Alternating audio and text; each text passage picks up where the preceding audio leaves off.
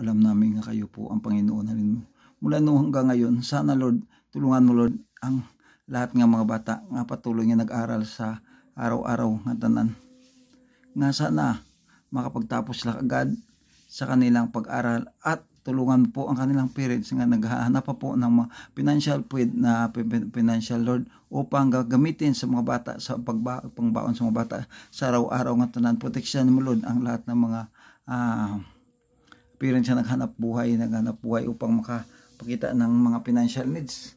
Ang lahat mga taong na mayroon nagtrabaho, proteksyon naman sa katalagman sa at iwas nyo sila sa gulo at sa mga aming kanilang mga panimalay. Isip and sound mo Lord, kagang pag-idait iyong peace of mind ibigay sa bawat Pilipino Lord. Lord, ang mga tao doon Lord hanggang ngayon, tulungan mo Lord ang mga bata nga patuloy ito nag-aral. Tulungan mo Lord sa araw-araw ka sana patuloy sila sa pag-aral. Iwas mo during the time nga nag-arriving sila going to school, iwas sila sa gulo at sa samang mangyari doon sa mga daan at sana makabalik sila mamayang hapon asip and sound ang kanilang paglakad o pagpunta o pag-uwi sa kanilang panimalay. Kayo po ang Alpha Omega, ang lahat ng mga bata.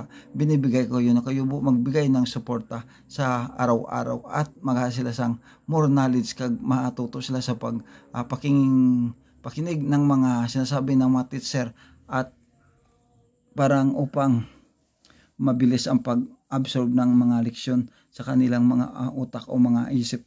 Lord, kayong Alpha Omega, alam namin, yung mga bata, hindi mo pinabayaan. So, ako po nag-open prayer ko dito po, nga maraming ako tayo dito, binablog prayer upang makatulong ako sa kapang taon, especially sa mga batang maliit pa.